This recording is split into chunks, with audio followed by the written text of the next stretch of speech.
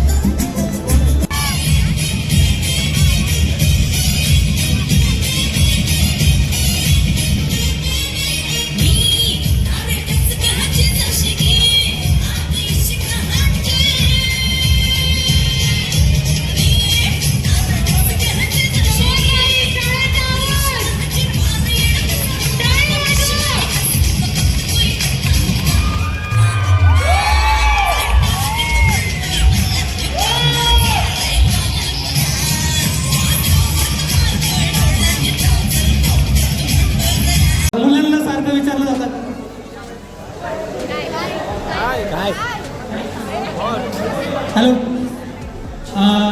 मुलांना तर घरात विचारलं जातं ज्यावेळेस वय होतं त्यावेळेस की बायको कशी पाहिजे.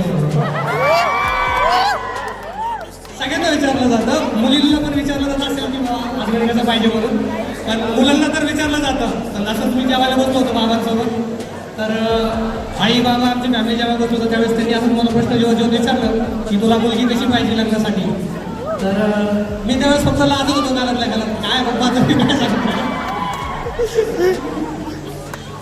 ऍक्च्युली सगळ्यांचा एक असा एक पार्ट येतो की सगळेजण घरात विचारतात आणि त्यावेळेस आपण लाजल्यावर घालतो, पण बाबा म्हणतो अरे सांग ना आज लोक त्या बघायचीच आपल्याला. तर मी म्हणलं सांगायला सुरुवात केली मी हसत बाबा म्हणजे असं नको सांगू तुझ्या कविता ज्याच्यामध्ये सांग. तर मी कविता लिहिली होती की आणि या कवितेचं नाव आहे अशी बायको पाहिजे. पहिले सांगतोय एवढ्या मुलांसोबत कधी मी समोर कधी कविता मी बोललो नाहीये. जर काही चुकलं तर तुम्ही पण हसा मी पण हसतो, म्हणजे कळणार नाही काय झालं. ठीक आहे, तर सुरुवात करतो माझी कविता. तिला चपात्या फुगवता आल्या नाही तरी चालेल, पण तिला नाक फुगवता आलं पाहिजे. अहो अहो आज चपात्या करपल्या आहेत, उद्या चांगले करते. काळजी करणं बरोबर आहे का? आपण देवासमोर प्रार्थना करू की त्याला त्याच्या मनासारखी बायको मिळावी, आणि बायकोच्या कवितेसाठी मी त्याला गुलाबपुष्प देऊन त्याचं स्वागत करतो.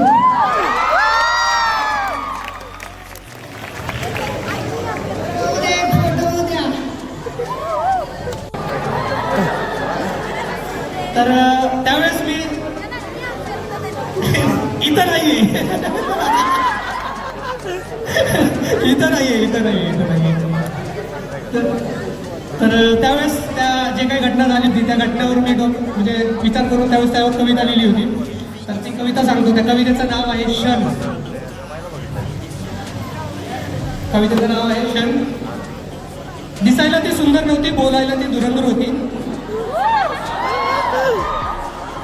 दिसायला ती सुंदर नव्हती, बोलायला ती धुरंधर होती.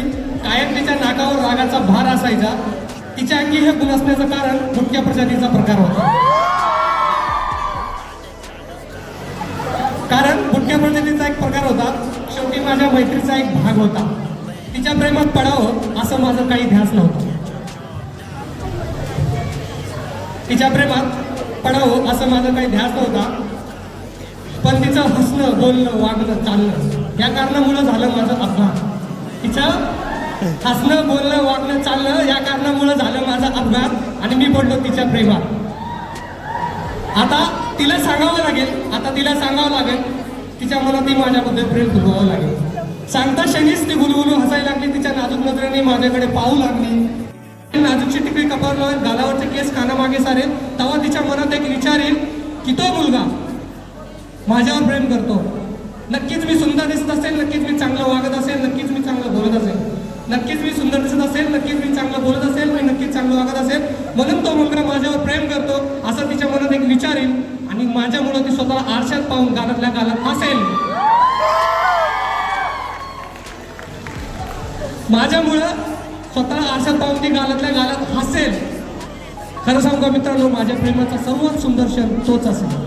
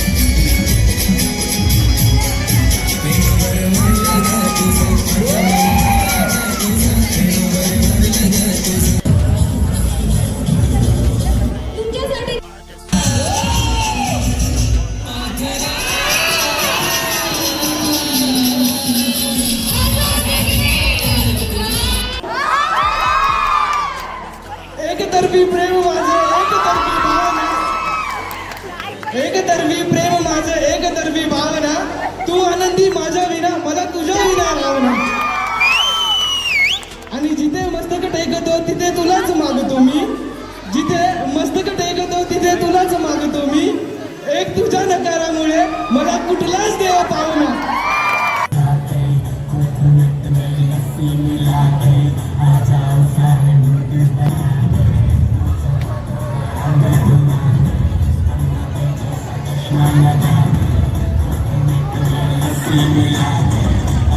आपण जोरदार टाळ्या वाजवू आणि तिला पण मी तुला पुष्प देऊ इच्छिते कारण तिचं पण काम वाखाणण्याजोगं आहे.